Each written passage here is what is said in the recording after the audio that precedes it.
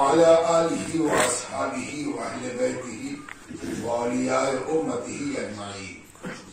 قال الله تبارك وتعالى في القرآن المجيد والفرقان الحميد: لقد كان لكم في رسول الله أسوة حسنة آمنت بالله ورسوله وصدق الله المولانا العظيم. بزرگوں، دوستوں اور عزیز، اس سے قبل تلاوت کردہ آیت کریمہ کے ذیل میں آج کی مناسبت سے آپ حضرات کی خدمت میں کچھ عرض کیا جائے اور اس امید سے عرض کیا جائے کہ اللہ سبحانہ وتعالیٰ اپنے فضل سے اسے قبول فرمائے اور آپ کے لیے اور ہمارے لیے ثواب، اجر اور بدلے کی شکل میں کچھ نعمت الہی برس جائے. لیکن اس سے پہلے آئیے اس کے آغاز کو اور انجام کو مبارک بنانے کے لیے درود پاک پڑھنے کی سعادت حاصل کی جائے. اللهم صل على محمد وعلى آل محمد كما صليت على إبراهيم وعلى آل إبراهيم إنك حميد مجيد. اللهم بارك على محمد وعلى آل محمد كما باركت على إبراهيم وعلى آل إبراهيم إنك حميد مجيد.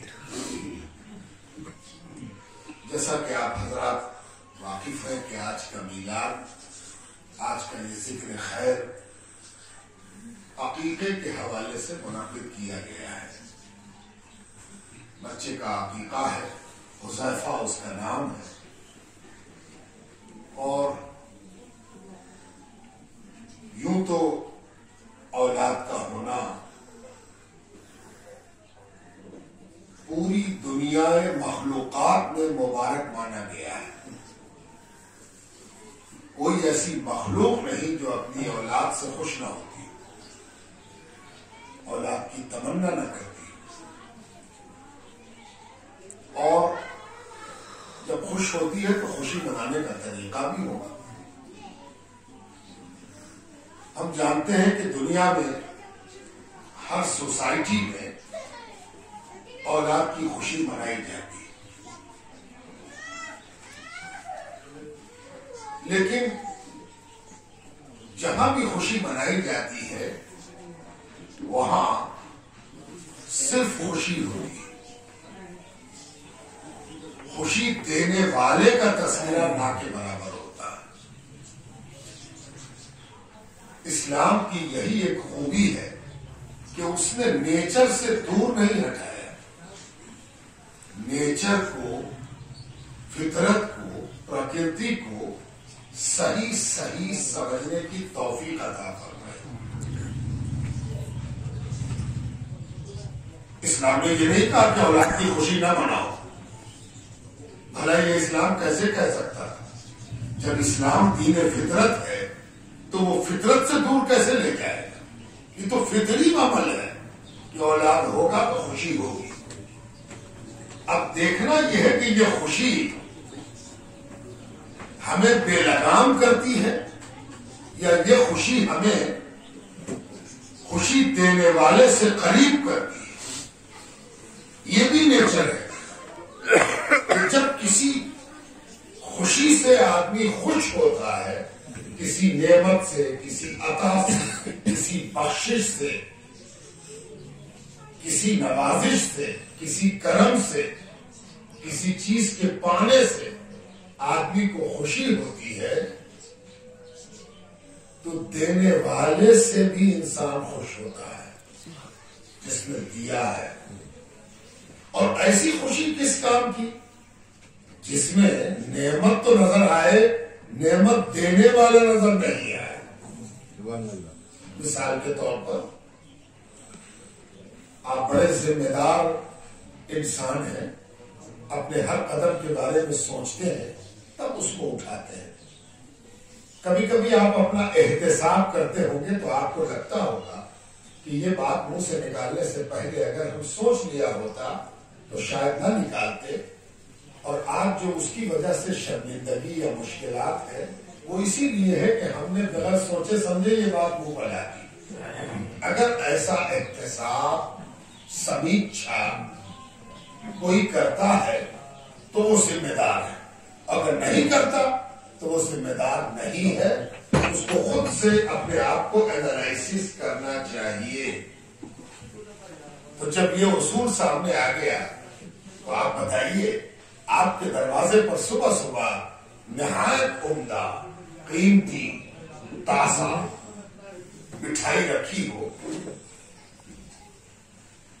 تو آپ کو جس قدر مٹھائی دیکھ کے خوشی ہوگی وہیں آپ کو یہ پریشانی ہوگی کہ رکھا کس دروازہ بند ہے اور مٹھائی حاضر. کوئی بچہ اگر اپنی فطرت کے مطابق ادھر ہاتھ بڑھائے گا تو آپ کہیں نہ رک جاؤ, پہلے یہ تو پتا چلے کہ یہ مٹھائی لائی کس نے, اچھی ہے اس میں کوئی شک نہیں. میٹھے کا آنا دنیا بہتر مانتی ہے, خوشی میں لوگ دوسرے کو مٹھائی دیتے ہیں, لیکن یہ تو پتا چلے کہ یہ لایا کون ہے تب ہم اسے کھائیں گے, استعمال کریں. اس سے پتا چلا کہ کنشس میں, شعور میں یہ بات موجود ہے کہ کسی چیز سے ہم خوش ہوتے ہیں تو خوشی دینے والے کو بھی تلاش کرتے ہیں. بس یہی تو اسلام کا کارنامہ ہے کہ اس نے خوشی منانے کی اجازت دی اور کہا کہ جب خوشی مناؤ تو خوشی دینے والے کو بھول نہ جاؤ. یہی ہے. اب ذرا ایک نظر ڈال لیجئے کہ جو لوگ سیلیبریٹ کرتے ہیں اولاد کی خوشی کو, ان کے یہاں آپ دیکھتے ہیں کہ دنیا میں الگ الگ تہذیبوں میں, الگ الگ معاشرے میں, الگ الگ اسکول آف تھاؤٹ میں جو خوشی منائی جاتی ہے اس خوشی کا معیار یہ رکھا گیا ہے کہ آدمی جو کام عام دنوں میں نہیں کرتا وہ بھی خوشی میں کر لیتا. مثلا مثال دیتا ہوں, اکثر دیتا ہوں, ہو سکتا ہے میری زبان سے آپ نے سنا بھی ہو کہ آپ کسی فنکشن میں گئے ہو, خوشی کا فنکشن ہو, تو وہاں آپ کو کوئی کہے گا پان لیجیے, ارے پان نہ کھاتا ہے, میرا شوق پان کا نہیں. کہا ارے خوشی کا پان کھا لے, اور آپ بھی پاس کا ہاتھ بڑھا کرتے ہیں, اچھا ٹھیک ہے کوئی بات نہیں. اس سے پتا چلا کہ خوشی میں وہ کام بھی آدمی کر لیتا ہے جو عام دنوں میں نہیں کرتا.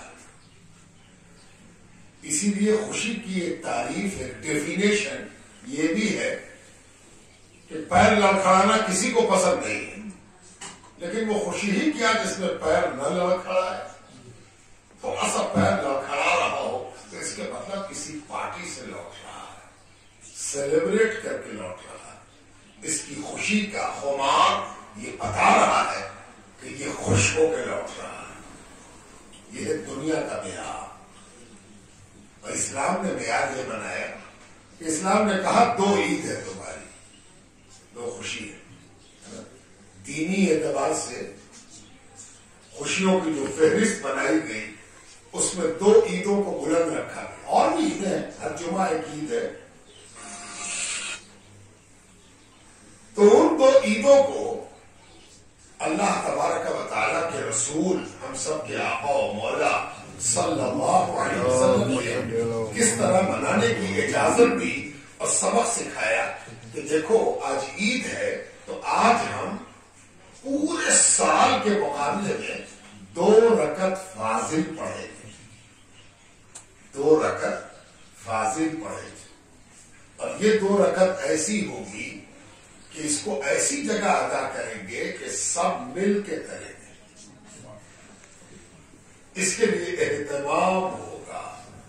یعنی ان شارٹ, ان بریف, خلاصہ سارانش یہ ہے کہ اسلام نے بتایا کہ خوشی اگر اسلامی ہے, خوشی اگر مسلمان ہے, مسلمان خوشی منا رہا ہے, تو وہ جب خوشی منائے گا تو عبادت میں اضافہ ہو جائے گا. عبادت میں اضافہ. اور ایسا اس لیے ہوگا کہ خوشی دینے والا بالیقین اللہ سبحانہ تعالیٰ ہے. اور جب اللہ خوشی دے رہا ہے تو خوشی میں اللہ کا ذکر عام دنوں کے مقابلے میں زیادہ ہو جائے گا.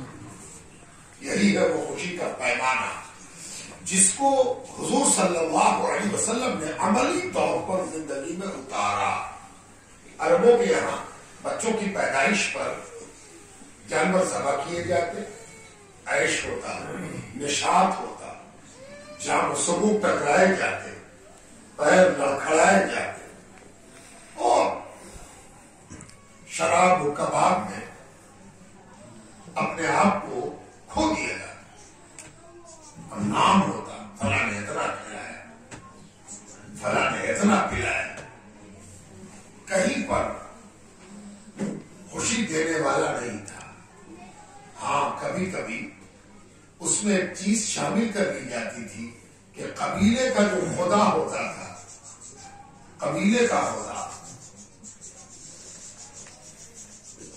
جسے وہ خود بناتے تھے،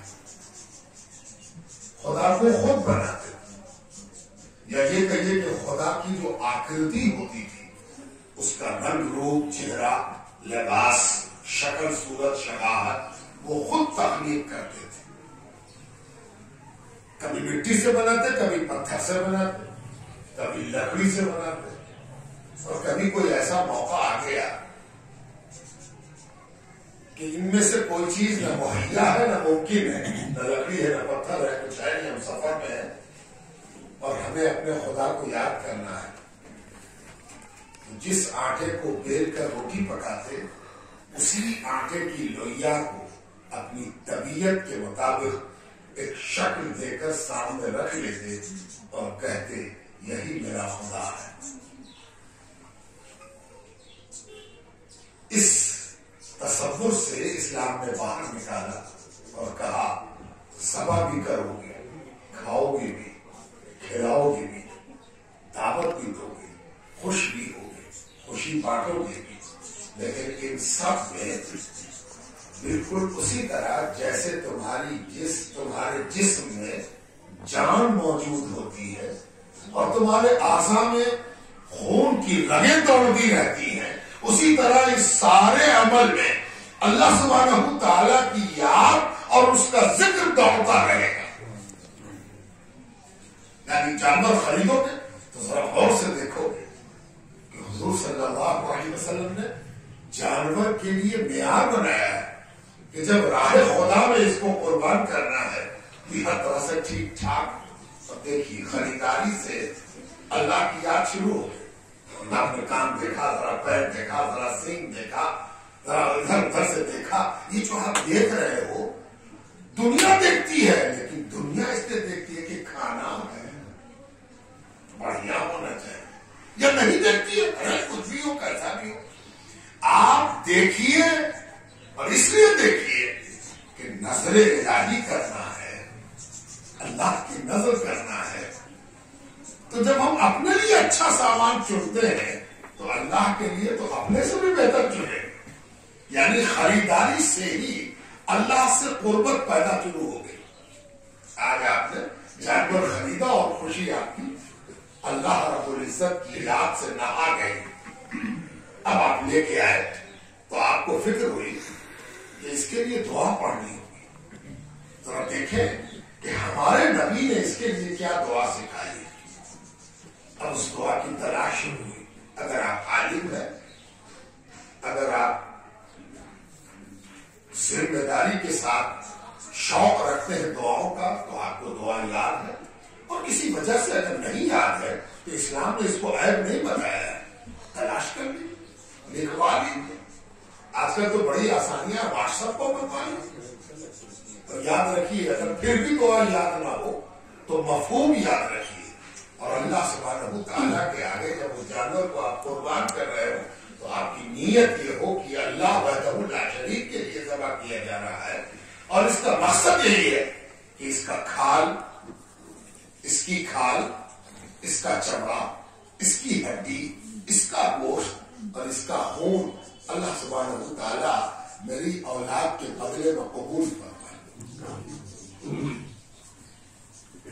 کتنا آسان، کتنا پریکٹیکل، کتنا عملی اسلام نے طریقہ سکھایا۔ ایک کلاس پیدا نہیں کیا کہ ایک خاص گروپ کو تمہارے یہاں تو اس کو بلایا جا کے آئیے آئیے ذرا پڑھیے گا، نہیں، تم پڑھو، تم پڑھ لو، اپنے اپنے بچوں سے پڑھواؤ، تم خود پڑھو. بال بچہ اگر بالغ ہو گیا تو کہو بیٹا تم پڑھو، تاکہ سب کو برابر ذمہ داری کا احساس ہو سکے کہ تم خود ہو، کوئی دوسرے کی ضرورت نہیں ہے، تم کو پڑھنا ہے. اس لیے کہ تم اللہ تبارک و تعالیٰ کی مخلوقات میں ایک کمپلیٹ یونٹ ہو. اللہ نے تم کو کامیاب اور پورا بنایا ہے. تم خود اپنی کمیاں پیدا کرتے رہتے ہو، تم خود کسی کو منحصر ہو جاتے ہو. انحصار کی کوئی ضرورت نہیں ہے. خود پڑھو. یاد رکھیے جو خود دعاؤں کو پڑھتا ہے، قربانی کی دعا، عقیقے کی دعا، فاتحہ، نیاز، قرآن خوانی، خود پڑھو. کسی کو بھاڑے پر بلا کے پڑھوانے کی ضرورت نہیں ہے. یہ سب امیروں کا شوق تھا. یہ امیر کرتے تھے کہ میرے دروازے پر آ کے پڑھے گا. اس کی کوئی ضرورت نہیں. تم خود پڑھو. 1000 گنا بہتر ہے خود پڑھنا. دوسرے کے پاس وہ اخلاص نہیں ہو سکتا، دوسرے کے پاس وہ سچائی نہیں ہو سکتی. دھیرے دھیرے پروفیشنلزم جنم لے لے، وہ پروفیشن ہو جائے گا. وہ اس کام کو اپنی جیویکا بنا لے گا، اور پھر ایک مشکلات پیدا ہوں. اس لیے تم خود پڑھو. اب جب تم نے جانور ذبح کر لیا، خریدا تم نے، ذبح کیا تم نے، اب پھر اللہ جانا ہے کہ اللہ تعالیٰ نے ذبح کرنا جو سکھایا اسی اعتبار سے ہم نے ذبح کیا ہے. اب کیا ہم کو چھوڑ دیا پروردگار نے؟ نہیں. پروردگار نے کہا اس گوشت کے 3 حصے کرو. ایک حصہ ان کو دو جو مسکین ہے، نادار ہے، مجبور ہے. اب تم کو خوشی ہوئی ہے نا، تو خوشی ان کے گھر تک پہنچا دو. جن کے گھر خوشی نہیں ہوئی ہے، جو بڑی مشکل سے خوش ہوتے ہیں، خوشی کا کوئی اوسر ہی نہیں آتا، خوشی کا کوئی موقع ہی ان کو نہیں آتا. آج تم اپنی خوشی کو وہاں تک پہنچا دو تاکہ خوشی کا دائرہ وسیع ہو جائے. تو پہلا حق ان کا نکال دو جو یتیم ہے، نادار ہے، بے کس ہے، بیوہ ہے، پریشان حال ہے، مجبور ہے. اس میں سب کیٹیگری آ گئی. تم ذرا غور سے دیکھو. ہم نے آج تک کوئی ایسی خوشی نہیں دیکھی ہے جس میں مجبوروں سے بات شروع ہوتی. اسلام نے کوشش کیا کہ خوشی ہے تو پہلے آؤ، ناخوش لوگوں کو دیکھا جائے کہ ان کو بھی آج خوشی ہو جائے. کسی کو 1 ہفتے سے گوشت نصیب نہیں، کسی کو 15 دن ہو گیا گوشت کھائے، کسی کو 1 مہینے ہو چکے ہیں. آج جو تمہارا یہ بابر گوشت اس کو ملے گا، اس کے گھر میں عید ہو جائے ہے نا. اصلی خوشی تو یہی ہے. اولاد تم کو دی ہے تو آج دوسرے کی اولاد اور دوسرے کی اولاد کے ماں باپ کو خوش کر دو. 3 حصے میں سے 1 حصہ نکال دو. ہاں، اگر تم کو لگتا ہے کہ بہت سے نادار اس گوشت کو پکانے کی بھی صلاحیت نہیں رکھتے، تو اس کی اجازت ہے کہ تم پکا کر ان کو کھلاؤ یا کھانا بھجوا دو. لیکن خیال رکھو کہ کہیں تمہارے دوست اور احباب کی بھیڑ میں وہ نادار غائب نہ ہو جائے. پوری عزت کے ساتھ ان کو کھلا دو یا کھانا ان کے گھر بھیج دو. اگر کوئی پکا کے اس دور میں کھانا گھر بھیج دیتا عزت کے ساتھ، تو وہ بھی شرعی حکم کی پابندی کرتا ہے. یہ ضروری نہیں کہ کچا ہی دیا جائے. ہاں، اگر لگے کہ پکانے کے بعد شاید ہم نہ دے پائیں، اب نہیں لوگ کھا پی کے ختم ہو جائے، تو اچھا ہے کہ کچا پہنچاؤ. ہر حالت میں ان کا حق سیکیور رہے، محفوظ رہے. اب جو دوسرے 2 حصے بچ گئے، پہلا حصہ تم نے ناداروں کو دے دیا، اب جو دوسرے 2 حصے بچے، اس 2 حصے میں سے 1 حصہ اپنے رشتے دار، عزیز، اقارب، اس میں ایسے دوست بھی شامل ہیں جو رشتے دار کے جیسے ہو گئے، اتنی قربت ہے، اتنی نزدیکی ہے، ان کا حق. اب تیسرا حصہ بچا، اس پر تم اور تمہارے اہل و عیال کا حق ہے. اطمینان سے کھاؤ. آج تمہارے مسالے کا مزہ بڑھ جائے گا، اس لیے کہ تم نے آج وہ مسالہ ڈالا ہے جو اللہ کو بھی پسند ہے، رسول کو بھی پسند ہے. پھر ایک مسئلہ پیدا ہوا. اور یہ مسئلہ کیا ہے؟ جیسے کبھی کبھی صحت مند آدمی کو بھی اونگھی آ جائے، وہ بھی پریشان ہوتا کہ اونگھی آئی کا ہے، کیا بات ہے؟ اسی طرح کبھی کبھی صحت مند عمل کرنے والے کو بھی غفلت کی اونگھی آ جاتی ہے، پتہ نہیں کہاں سے آتی ہے۔ اسی لیے حکم ہے کہ ذات اونگھی آپ اٹھ کے وضو کر لو۔ جانتے اونگھی کیا ہے؟ اس عقیقے کے عمل ایک بار اونگھی آئی کہ ابا ابا کھائیں گے کہ نہیں، کوئی مسئلہ پیدا ہو رہا ہے کہ یتیم نادار مسکین محتاج کھائے، رشتے دار کھائیں اور ابا ہی اور ماں نہ کھائے، یہ کوئی مسئلہ نہیں، کہاں سے آیا ہے؟ یہ اچھے بھلے آدمی کی اونگھی ہے، جو اونگھی آئی کہاں سے آئی پتہ نہیں چل رہا، غلط ہے، بے بنیاد ہے، فضول ہے۔ سب کھائیں گے تم بھی کھاؤ گے، پھر وہ کہ دادا دادی کھائیں گے کہ نہیں، نانا نانی کھائیں گے کہ نہیں، یہ سب کہاں سے یہ مسائل پیدا ہوئے؟ وہ کون لوگ ہیں جو ان مسائل کو جنم دیتے ہیں، مضبوط کرتے ہیں اور پھیلاتے ہیں؟ یہ بے بنیاد باتیں ہیں، ان کی کوئی اصل نہیں۔ یہ صحت مند آدمی کی بے وقت لی ہوئی اونگھی ہے، اس سے بچنا چاہیے۔ کبھی کبھی یہ سوال بھی ہو جاتا ہے کہ اس میں سے کون ہڈی توڑ دینی چاہیے؟ پوچھنے لگے کہ حضور کون والی ہڈی اس کی توڑی جائے گی؟ ہم نے کہا کون ہڈی تم اپنے دانت سے نہ توڑو گے، اب ساری ہڈی تو تم توڑے کرو گے، خاص ہڈی توڑ دی جائے کہ نہیں، سنتے ہیں کہ کوئی ہڈی ہے اس کو توڑ دینا چاہیے۔ ہم نے کہا یہ اگر مذہب گوشت بنانے والوں نے پیدا کیا ہوتا تب نے وہ بتاتے کہ یہ والی ہڈی توڑ دینا ہے، یہ والی ہڈی نہیں توڑنا۔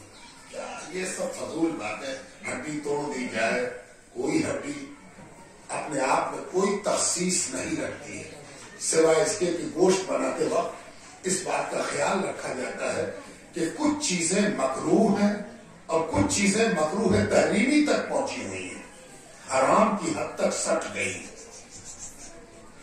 وہ اچھا گوشت بنانے والا جانتا ہے اور وہ نکال دیتا ہے، جیسے ریڑھ کی ہڈی میں جو گودا ہوتا ہے جس کو عام بول چال کی بھاشا میں ہم حرام مغز کہتے ہیں، اس چیز کو نکال دینا چاہیے، خون کو اچھی طرح دھو دینا چاہیے۔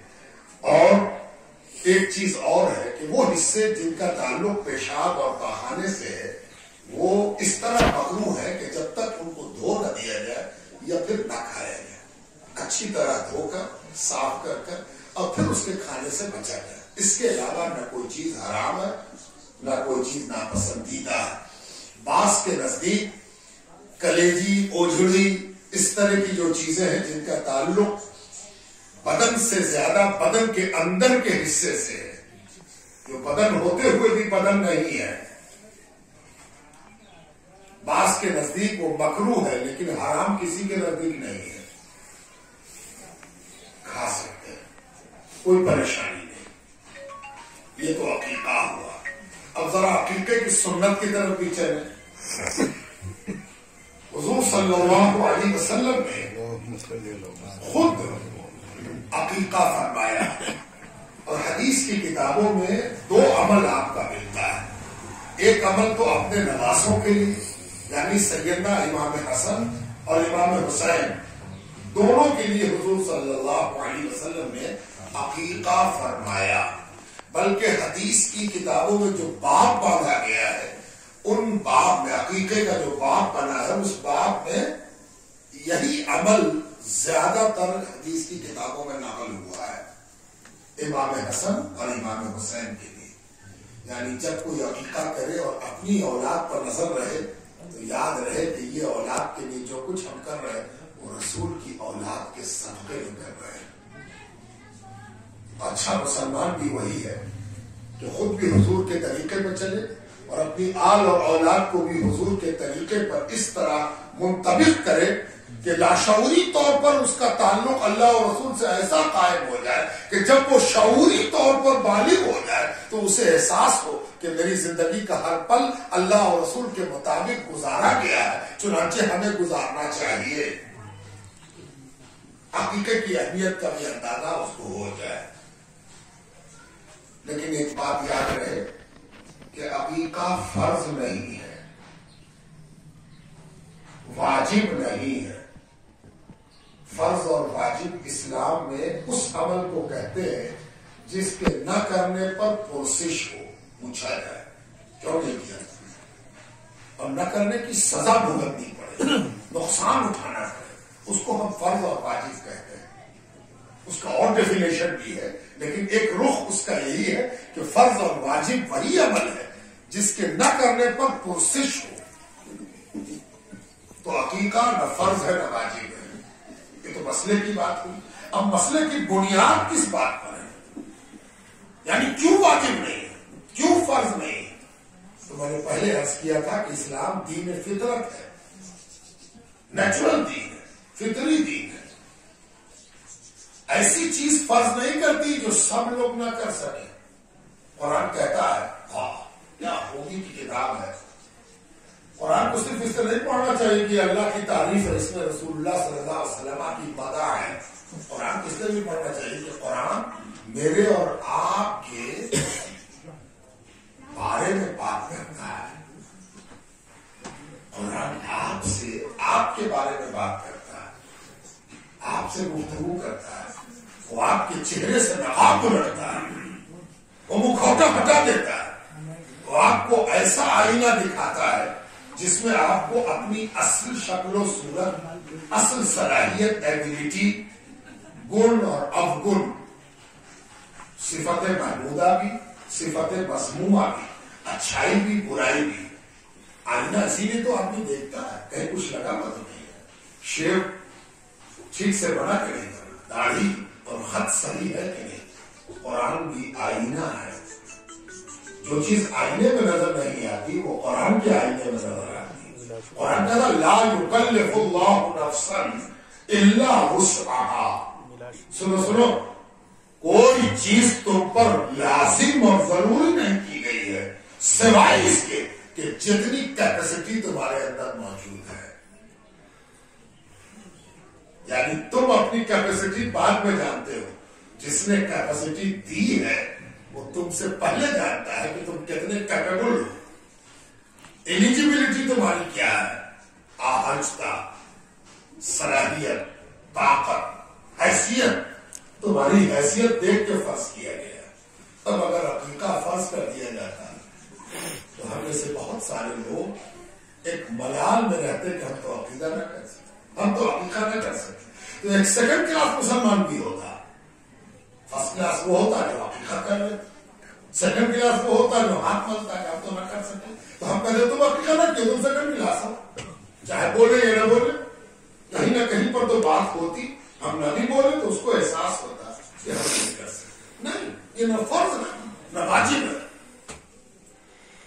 جب فرض واجب نہیں ہے تو کرنے والا ایکسٹرا کر رہا ہے، نہیں کرنے والا اس پر کوئی بلیم نہیں ہے. خبردار عقیقے کے حوالے سے کسی کو کمتر مت سمجھنا کہ اس نے عقیقہ نہیں کیا ہے. اللہ نے اس کو فرض ہی نہیں کیا ہے. اللہ تم سے زیادہ تم کو جانتا ہے.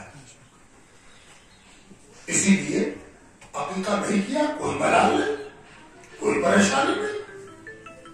عجب نہیں کہ جس نے عقیقہ کیا اس کے مقابلے میں اللہ تعالیٰ اس کا عقیقہ کرے جس کا عقیقہ دنیا میں ممکن نہ ہوا. عجب نہیں. فقیروں کی عجیب شان ہے، محتاجوں کی عجیب شان ہے.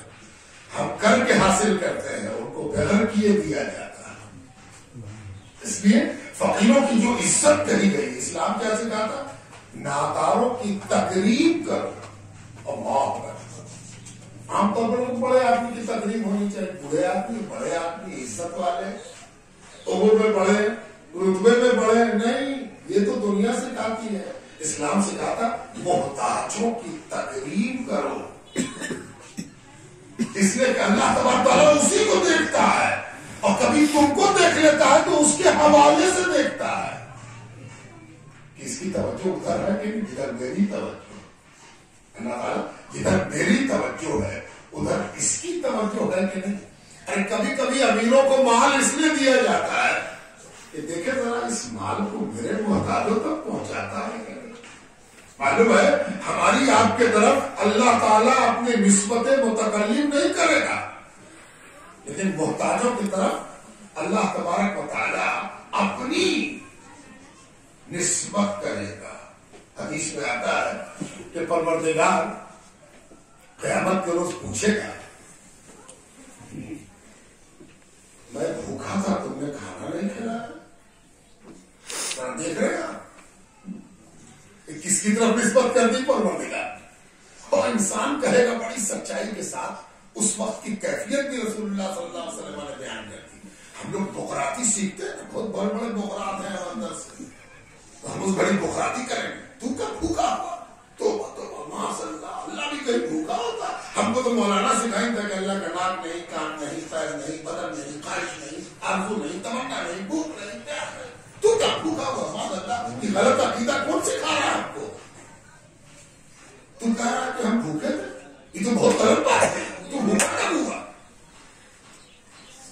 اس غریب پر پروردگار کہے گا یاد کرو دن جب تمہارے دروازے پر تو بھوکا آیا تھا، جس نے اپنی بھوک کے حوالے سے تم کو آواز دی تھی. آواز تو صرف میرے دروازے پر لگائی جانی چاہیے. ہم نے جان بوجھ کے تمہارے دروازے پر لگائی تھی، لگوائی تھی کہ ذرا دیکھے تو توجہ جاتی ہے کہ نہیں. ایک دن کے لیے اس کو ایسا بناتے ہیں کہ اس کے دروازے پر لوگ سائل بن کے آئے. اس گھڑی اگر تم مجھے کھلاتے تو مجھے کھلا. اللہ فقیروں کی آبرو ذرا دیکھیے تو کہاں سے کہاں پہنچا دیا. تقریب فقراء، تقریب کرو، عزت کرو.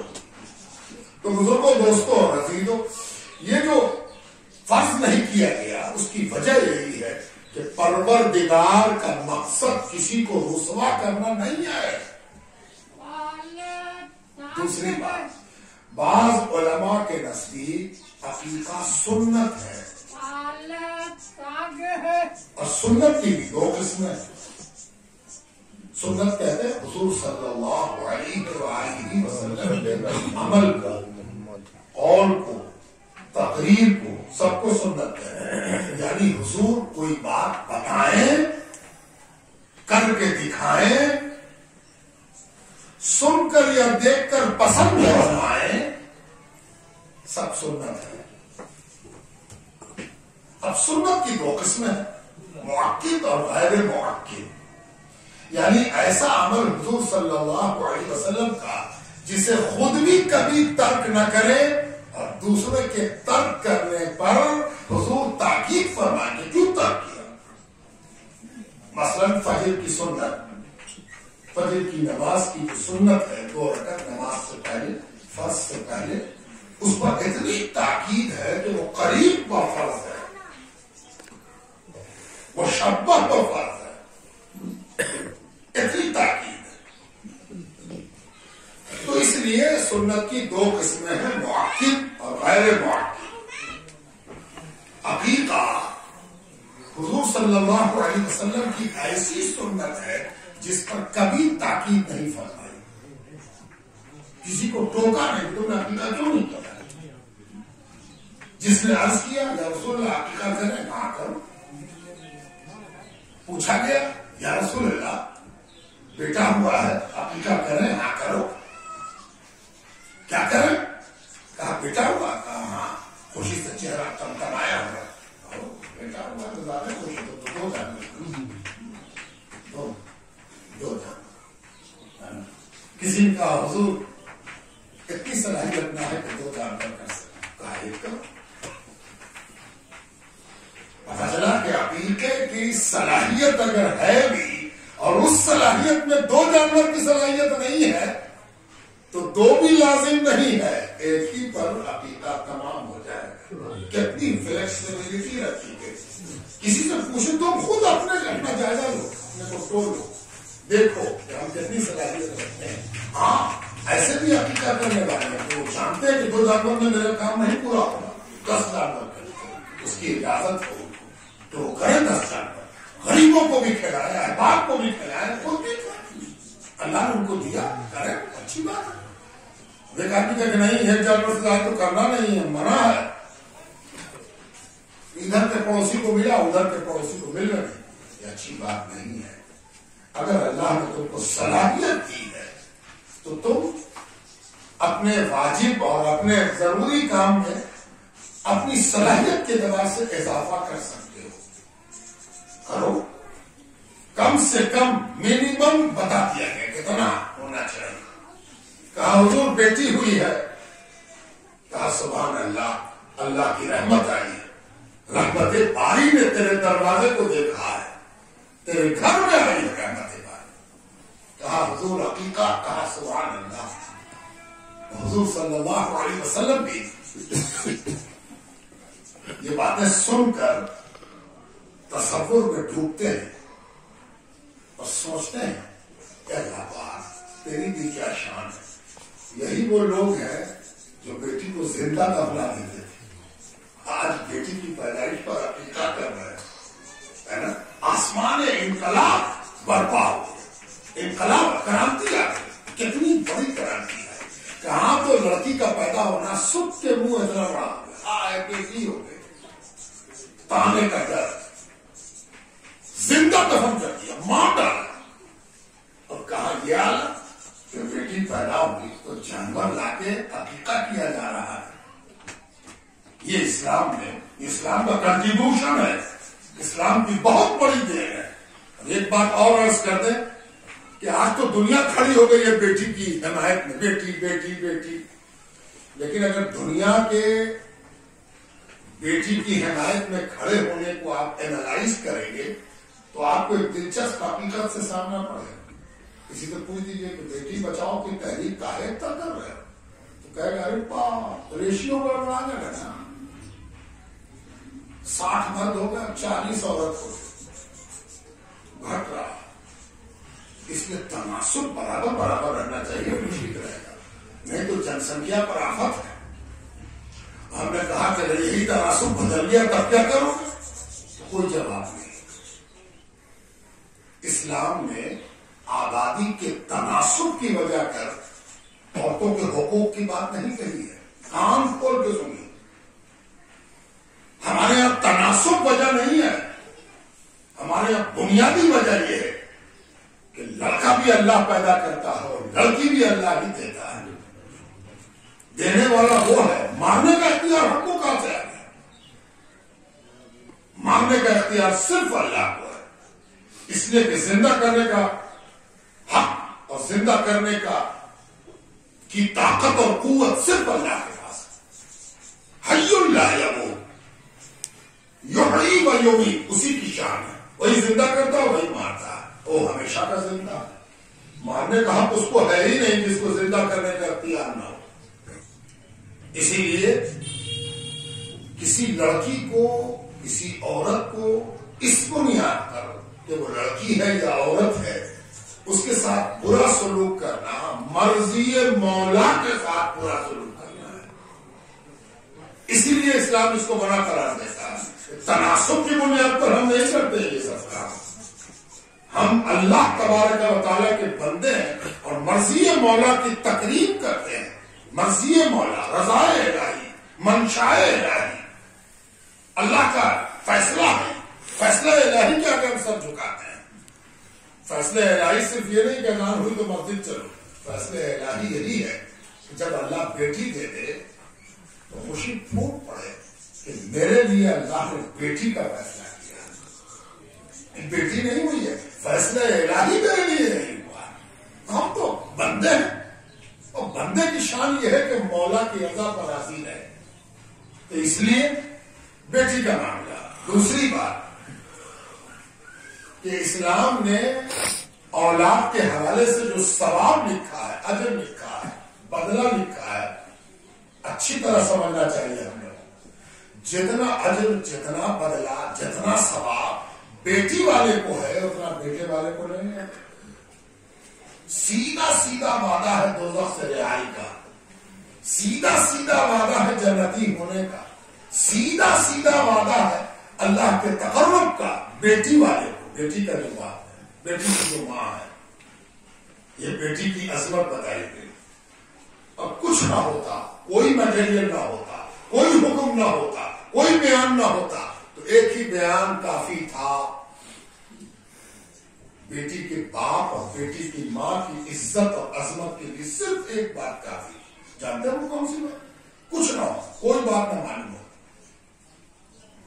بیٹا کا باپ ایک بیٹی کے باپ، ان دونوں میں کون فضیلت رکھتا ہے؟ سوال ہے. ایک بیٹی کے باپ ہے، ایک بیٹا کے باپ، لیکن فضیلت کون رکھتا ہے؟ ہم کچھ نہیں جانتے، ہم کیسے فیصلہ کریں گے؟ اچھی طرح جان لیجیے، فیصلہ صرف اس بنیاد پر ہوگا کہ جو سب سے زیادہ افضل ہے وہ کس کا باپ ہے. سب سے افضل کون ہے؟ محمد رسول اللہ صلی اللہ علیہ وآلہ وسلم. اور حضور سب سے افضل ہے. اور افضل کون ہے؟ ما کان محمد ابا احد من الرجال. یہ جو محمد ہے صلی اللہ علیہ وآلہ وسلم، یہ کسی مرد کے باپ نہیں ہے. اللہ اکبر. پتہ چلا کہ رسالت میں آپ کی شان یہ ہے کہ وہ بیٹی کے باپ ہے، اور اس لیے بھی سب سے افضل ہے. اس لیے فضیلت تو اسی کو ہے جو بیٹی کا باپ ہے. بزرگوں، دوستوں اور عزیزوں، تو بیٹی کے لیے عقیقہ سنت ہے. اب اہل سنت والجماعت میں احناف، امام ابو حنیفہ، جو اکثر ہندوستانیوں کے عقائد کے اور اعمال کے پیشرو ہیں، اسکول آف تھاٹ انہیں کا ہے. امام ابو حنیفہ کے نزدیک استحباب ہے، عقیقہ پسندیدہ ہے. اگر صلاحیت ہے تو کر لینا چاہیے. عقیقے سے تنفر نہ ہو، عقیقے کا کر لینا پسندیدہ ہے، بشرطے کہ صلاحیت ایبلٹی رکھتا ہو. یہ اتنی بات عقیقے سے متعلق آپ کے سامنے پیش کر دیا. اب ایک اور بات سن لیجیے کہ ایک روایت کے مطابق حضور صلی اللہ علیہ وآلہ وسلم نے خود اپنا عقیقہ بھی مدینے میں کیا تھا. ایک روایت ایسی مل جاتی ہے، حضور صلی اللہ علیہ وسلم نے اس میں جانور قربان کیا، کھلایا، بانٹا، خود بھی کھایا. اس سے ایک بات کا ثبوت ملا کہ اگر آپ کو معلوم نہیں ہے کہ پتہ نہیں میرا عقیقہ ہوا کہ نہ ہوا، میری یادداشت سے پہلے ہوا، وہی ہوگا. یا معلوم ہو کہ ہم تو میرے ماں باپ غریب تھے، بڑی اسرت سے انہوں نے پالا پوسا ہے اور ہم کو یہاں تک لایا ہے، ان کا احسان ہے میرے اوپر. شاید عقیقہ نہ کر سکے ہوں، واجب بھی نہیں تھا، ضروری بھی نہیں، اور اللہ نے ہم کو آج اتنا دیا ہے. ایک موقع ہے کہ اپنا عقیقہ خود سے کر لے، خود انجام دے لے. ہم لوگوں کو، محتاجوں کو، مسکینوں کو، دوست کو، احباب کو، عزیز کو، اقارب کو مدعو کر کے کھلائے اور خوشی خوشی کھلائے اور اللہ کا شکر ادا کرے کہ ہم کو موقع ملا ہے. اس لیے عقیقے کے ساتھ کچھ لوگوں نے نام کو بھی جوڑ دیا ہے کہ عقیقہ اس نام پر ہوا ہے. اس پر زیادہ زور دینے سے جن کا عقیقہ نہیں ہوا ہے ان کو احساس کمتری ہوگا. کسی سے پوچھ دیجیے کہ آپ کا عقیقے میرا نام کیا ہے، کیوں پوچھ رہے ہیں یہ بات؟ جب عقیقہ ضروری ہی نہیں ہے تو عقیقے سے جڑا ہوا نام پر زور دینا، کسی کو احساس دلانا ہے کہ تم کو عقیقہ تو نہیں کی ہو، تمہارا نام تو ایسا ہی ہے. بہار کی لمبے پوسٹن کیا ہے نا، بہاری لغت ہے نا، سنتے ہیں لوگ. فضول بات ہے. جب لازم ہوتا تو اس سے عقیقے کا تعلق ہوگا، وہ لازم نہیں ہے. اسی لیے عقیقہ باعث برکت ہے، باعث رحمت ہے، اور اللہ کی رضا، خوشنودی کے حاصل کرنے کا ذریعہ ہے. اللہ تبارک و تعالیٰ سب کو اولاد عطا فرمائے اور سب کو اس لائق بنائے کہ بیٹا اور بیٹی کا عقیقہ کرنا نصیب فرمائے. اور اللہ تعالیٰ اس لائق بنائے کہ کھوج کھوج کے کھلائے کہ آؤ اللہ نے آپ کو خوشی دی ہے، تم بھی میری خوشی میں شامل ہو جاؤ اور تمہاری خوشی سے میری خوشی بھی بالغ ہو جائے، ہے نا. یہ ہے اصل مقصد.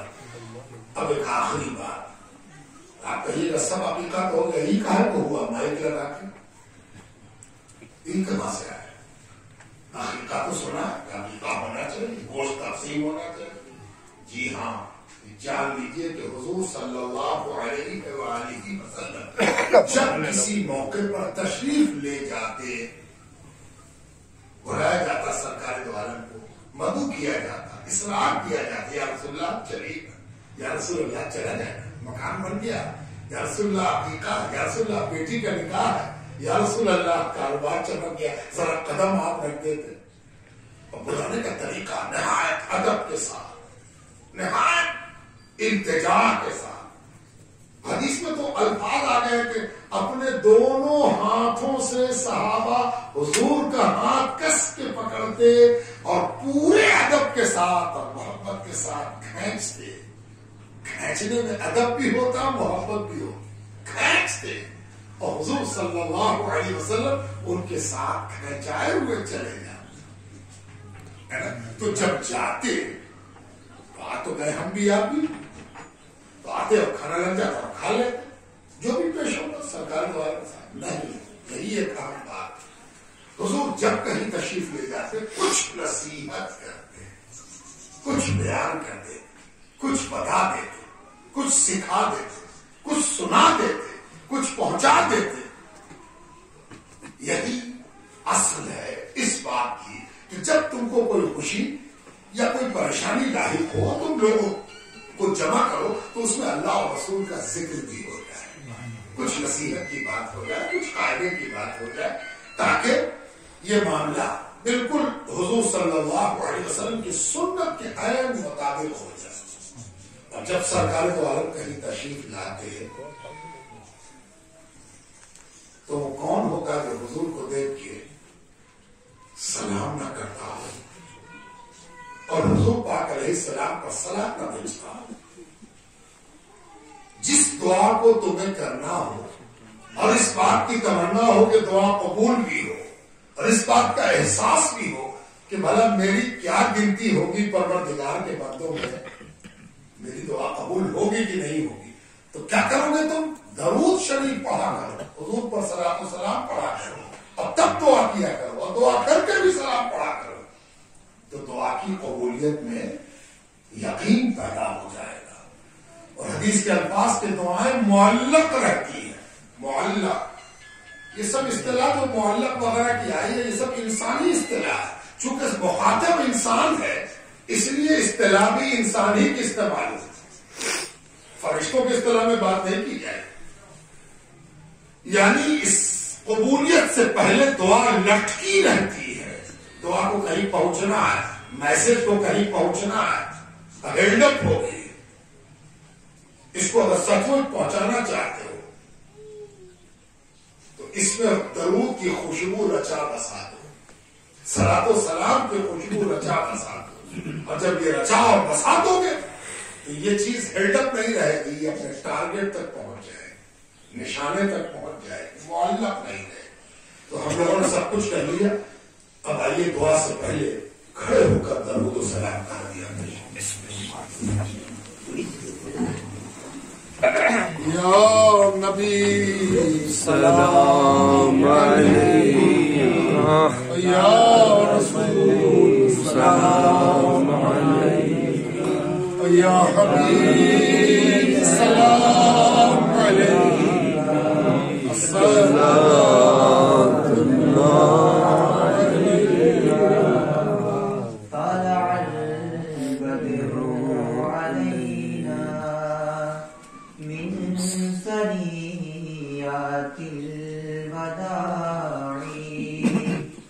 وجب الشكر علينا ما دعا لله داعي.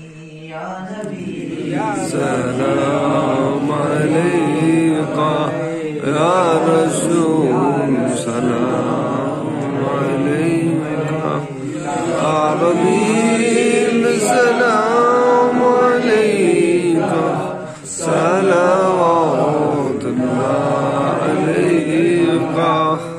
اے نصیب کوئے جانا جب مدینے سے تو آنا، بوئے زلف و یا